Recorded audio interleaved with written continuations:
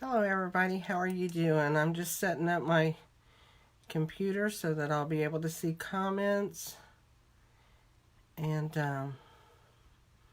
takes a few minutes for that, or a few seconds I should say, for that to start up. And here we are live now, so I'm going to put that up. How's everybody doing today?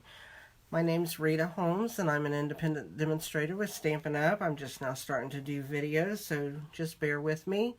I'm going to be doing a thing called Technique Tuesdays, where I'll be showing you a different technique every Tuesday, and this is inspired by what I used to teach probably about 15 years ago or so. It's been a long time, and I thought I'd bring it, update it a little bit, do it Stampin' Up style, and I will tell you a little bit about that. I started that doing classes once a month on a Thursday night. We did techniques on Rolodex cards and put them in Rolodex files. Actually, I have like 192 different techniques that I taught over the time. So I have a lot to choose from, but what I'm going to do is I'm going to do them as a PDF form, put them on the file in my Facebook page, which is Stamp Crazy by Rita Holmes. And in the file there will be a PDF every week of the technique that I did along with the card that I'm doing. So you'll be able to pick that up there, and I'll also show you the page in that in a minute. I'm going to flip my phone down here so that I can show you the Rolodex, what I used to do, show you the PDF of what we're going to do, and also the technique we're going to do, and then I'll make that quick card with you then. So we're going to get ready. We're going to turn that down. Here we go.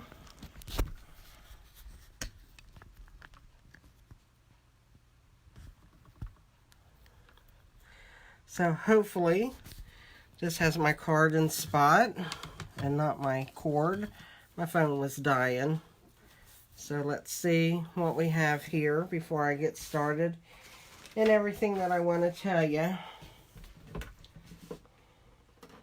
Make sure we're kind of centered here. There we go. I think we look pretty good on that. So anyway, I'm going to show you my Rolodex file. Let me move my card over. That's the card we're going to make. This is the Rolodex file that we're using, and or that I used to do. The cards looked like this, and which was just a plain Rolodex card. We would do a small technique that went on the front, and then I would turn it over and we would do the directions on the back. I would type them up. So what I'm doing now for you guys for the PDF type thing is I'm going to have this page right here. This is the page for today. It lists the card technique. It lists the supplies for the card, or the technique. Then it lists the directions for the technique, the supplies for the card, the directions for the card, and last but not least, it just tells you to enjoy, have a good time while you're doing this. So without any further thing, I think I will, well, I'll get a little bit out of the way. Here's my April host code. If anybody would like to order, you can go to my website, ritaholmes.stampinup.net, and I would gladly love to take your order, as long as you do not have another demonstrator, because I do not agree with taking other people's customers. So if you have a demonstrator, you see something you like there, go to her website, order it. At least give her a note and tell her you learned it from me, and I'd like that, just to get a little bit of credit for what I'm doing. But otherwise, if you don't have a demonstrator, I would love to be that for you. If you'd like to join Stampin' Up, I'd love for you to be on my team, which is very small right now. So here's the card we're going to do, and it's called Markers with Pencil Highlights. What I did is I colored this with a light colored marker, took colored pencils, a dark one to put the shading, a white one to do the highlights. So I'm going to show all of that to you right now. I have all my cardstock cut and everything The sizes will be on that PDF form, so I'm not going to go over them right now. But all the sizes for this card, the supplies I used, is all on the PDF form. I will tell you the stamp sets are Easter Promise, Ornate Thanks, which is new in the Ornate Garden Suite, and I used the Ornate Garden Borders. And the colors of Cardstock, Calypso Coral, and Pear Pizzazz. So we'll get started, okay? Here we go. First of all, I'm going to take my card base and I'm going to fold it. It's an 8.5 by 5.5 scored at 4 1/4. You guys usually use bone folders. I use Pampered Chef pot scrubbers because I just love the way they feel in your hand, and I love the way they give you such a nice crisp crease. So what I'm going to do is I'm going to open that up. I'm going to go ahead and stamp the inside of this just because I want that to dry a little bit, because I'm using the Thanks out of the Ornate Thanks set, and it is a little bit, it's a thicker stamp, so I want it to dry good because I'm going to color. So there's my Thanks. I'm going to lay this to the side and we'll get back to that in a few minutes. I am going to put my little piece of paper that we're going to stamp our flower on. I'm going to ink it up real good, and that's the banging that you hear. I'm going to make sure I get ink all over it. I am going to stamp that towards the top of this piece of cardstock because I'm going to put a saying down at the bottom. So there is our inked up flower, and now we're going to put the saying. The saying will go right here at the bottom. Just does fit too, let me tell you. It says, "You made my day." So what I did from here is I'm using the Stampin' Write markers. I saw no need to use the blends because I'm not using any marker to blend with. And it gives me a chance to use my Stampin' Write markers, which usually don't get used a lot. So what I'm going to do is I'm going to color real quick. I did this in another video, and my pastor's wife's little girl, or my pastor's little girl, both of them, but anyway, their little girl watched my video because she had to lay on the couch with a compress on her eye because she's got a little bit of an allergic reaction. So anyway, they let her watch my video. They told her she could watch me color. And she gave me the best compliment. She said my card was so pretty and I could stay in the lines really well. So that was my best comment today from a 4-year-old or 5-year-old. I can't remember how old she is. But anyway, she's right around that age. She's a cute little thing. I miss seeing them since we don't get to go to church. But anyway, I'm just coloring my flower in. And what you want to do when you're doing this and using markers, you want to use a lighter colored marker, because the darker the color it is, the harder it is to be able to use your pencils. Now I use the colored pencils from Stampin' Up, which we do not have a big variety of color. So I had to limit what colors I could use as far as light and dark. You can use Prismacolor pencils. I did that when I taught this technique years ago, and they work really well. So there's my flowers colored. Now I'm going to color my stems, and I always use the broad tip of my pens no matter what I'm coloring usually. I don't know, I like the broad tip. I like the way it brushes. You just have to watch being heavy-handed with that because you can make a mess. And believe me, I've done it before. That's how I know to tell you. Okay, and then I have this little center of the flower, and I also have runaway markers. Now I put a little bit of yellow in there. So now what I'm going to do is I'm going to take, I colored that with Flirty Flamingo. So I'm taking the Calypso Coral colored pencil, and I'm just going over these black lines, and you probably won't be able to see it for a few minutes because the markers will dry a little bit lighter than what they're showing right now. But you can just add some darkening wherever you think you need it. I go over all the black lines because, you know, in stamping, that's what these lines are here for, to show you where shading needs to go. And that's what I've always taught in my classes is, you know, you follow wherever there's a lot of black, that's where there's shading. So anyway, you kind of get your darkness in there, and you can go over it a couple times if you need to. Just get it however light or dark you want it. Now, the highlighting part comes in with the white pencil. No matter what kind of pencil brand of pencils you use, Prismacolor, Stampin' Up. I don't recommend Crayola. They don't do as well. But you can try them. But anything, whatever you do, you need a white pencil, because here's what you're going to do. This is how you're going to get your highlights. And what you're going to do is you're just going to color in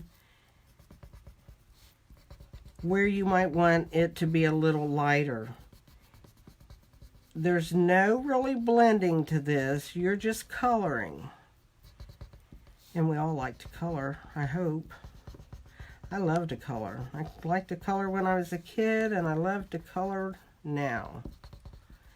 So anyway, you will do a lot of highlighting with this. And that is all really that the technique is.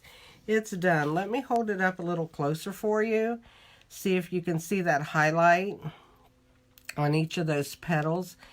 As the ink dries and the marker dries a little bit more, they're dry, but they'll lighten up a little bit. It really, really will show. And I'll show you that. I got a couple cards here. Here's the one card I did, and I really did it light. I really went over that with a lot of marker. And it did really well. And let me see, I have another card here. It is not as dark as where the highlights are, but you can see all the little dark colors where I really colored in really dark with that. So they all look a little bit different, which that's what stamping is all about. We don't want everything to look the same. So what I'm going to do is I'm going to bring in and I'm going to assemble my card now. And what I did is I took this piece of Calypso Coral, ran it through the die cutting machine with the ornate borders, and then I ran it through the Scripty 3D embossing folder just to give my card a little bit of texture. So what I'm going to do is I'm going to flip that over. I'm going to put some glue just right down that side, and I'm going to glue this green piece of Pear Pizzazz. I'm going to position that on there because I just want a border of that just to help highlight that border right there. I love that border. So we're going to get that done, and then what we're going to do, let me find my card. We need to bring it back in. I'm just going to put some glue onto this backing. And I love the mono-adhesive glue because then I can kind of move it around if I need to be. I'm not always real straight, girls. It's a some days it's a battle. So I'm just going to put that on, glue it down. We'll set that to the side, and I've got a piece of Pear Pizzazz in the cardstock, and I'm going to glue the stamped image that we just colored onto that. And then I'm going to put some ribbon on it just to kind of spruce it up a little bit, okay? And this ribbon is from the Ornate Garden also. It's the ribbon combo pack, which this is Old Olive, and it comes with terracotta tile in it too. I'm just going to cut a piece a little bit bigger than my cardstock, and here I have to use my adhesive because I'm going to put my ribbon down here.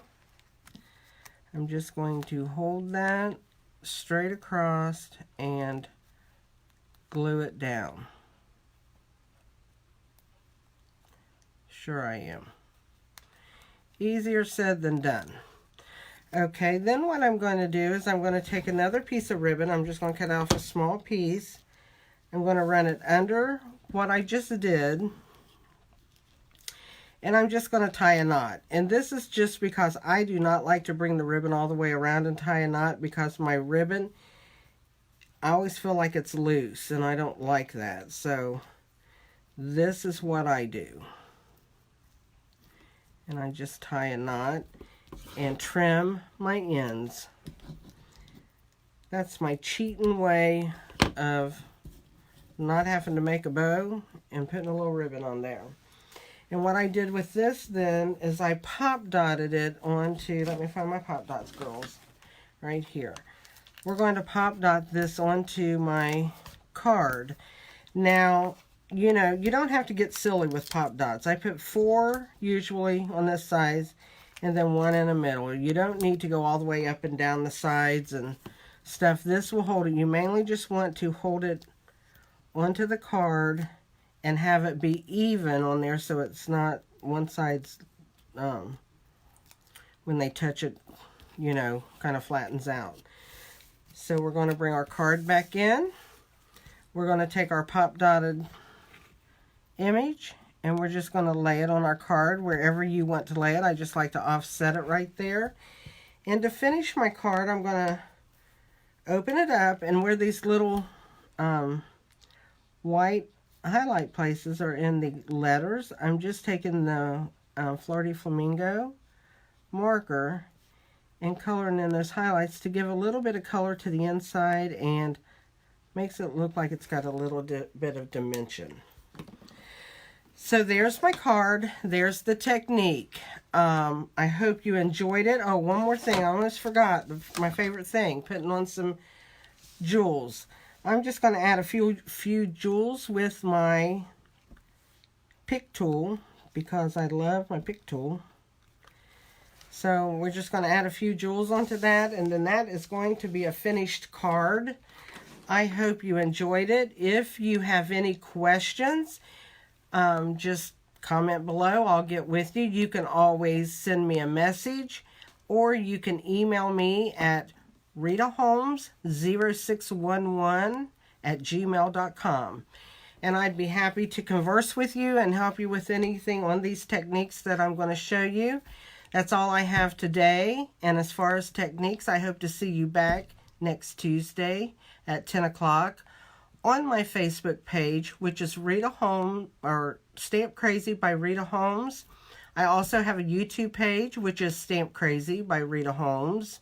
Did that because I'm old and I can't remember too many different names, so we're keeping it easy, girls.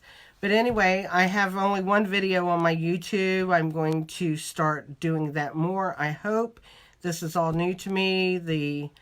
Being quarantined has made me step out of my box and try to do a few different little things. And so this is actually my first big thing to step out of my box. But not having my classes, I miss my girls and stuff. So this is just a way that I can teach a little and not get so rusty. So you all have a great night or day and whatever time you're watching this. And I hope to see you again. Thanks.